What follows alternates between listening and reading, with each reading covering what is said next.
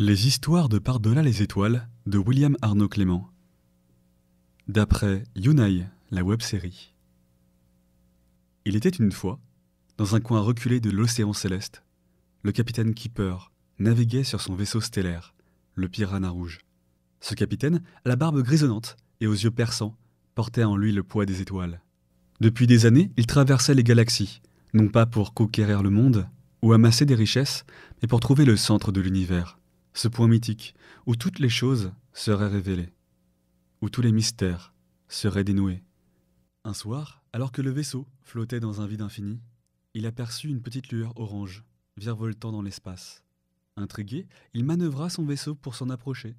À sa grande surprise, il découvrit qu'il s'agissait d'un jeune renard, flottant librement parmi les étoiles. Le renard avait les yeux vifs et malicieux. Une fourrure aussi flamboyante que les crépuscules que l'on trouve sur les planètes lointaines. « Que fais-tu là, petit renard ?» demanda le capitaine en ouvrant la trappe de son vaisseau. Le renard, avec une agilité étonnante, bondit à l'intérieur du vaisseau et atterrit gracieusement sur le plancher métallique. « Je m'appelle Yunai. Je voyage tout comme toi, » répondit l'enfant renard, sa voix douce et enjouée résonnant dans l'habitacle. « Je cherche aussi le centre de l'univers. On dit que c'est là que réside la vérité. » Le capitaine, surpris par la maturité des paroles de la petite créature, hocha la tête. « Alors, nous pourrions voyager ensemble ?» proposa-t-il. Ainsi commença leur périple, un voyage au travers des étoiles et au travers des mondes, où chaque planète qu'ils visitaient leur offrait un indice, une énigme, une leçon. Le capitaine Keeper et Yunai devinrent inséparables, partageant leurs pensées profondes et leurs rêves. Un jour, ils atterrirent sur une planète couverte de miroirs, où chaque reflet semblait être une version différente de la réalité.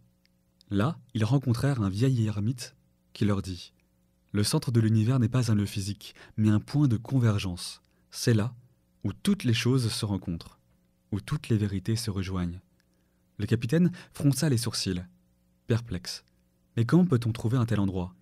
Le vieil homme sourit. « En le portant en vous. Le centre de l'univers est là où vous décidez qu'il soit. C'est l'endroit où vous êtes en paix, où vous comprenez l'univers non pas avec les yeux, mais avec le cœur. » Le capitaine Keeper, pensif, continua son voyage avec Yunai.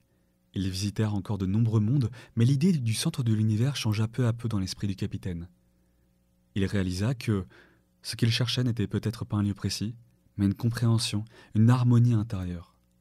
Finalement, un jour, alors qu'il flottait dans le vide entre deux galaxies, le capitaine regarda l'enfant renard et dit « Je pense que nous sommes arrivés. » Le renard, assis paisiblement, releva la tête et le fixa de ses yeux bleus. « Oui, je le pense aussi, » répondit-il.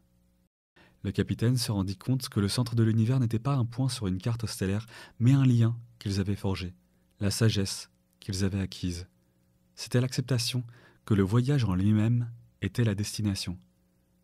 Et ainsi le capitaine et l'enfant renard continuèrent de voyager, non plus pour trouver le centre de l'univers, pour savourer la beauté de l'univers dans toute sa diversité, sachant que le centre de l'univers était partout où ils étaient, ensemble.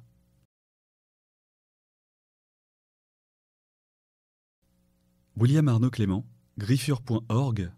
Remerciements.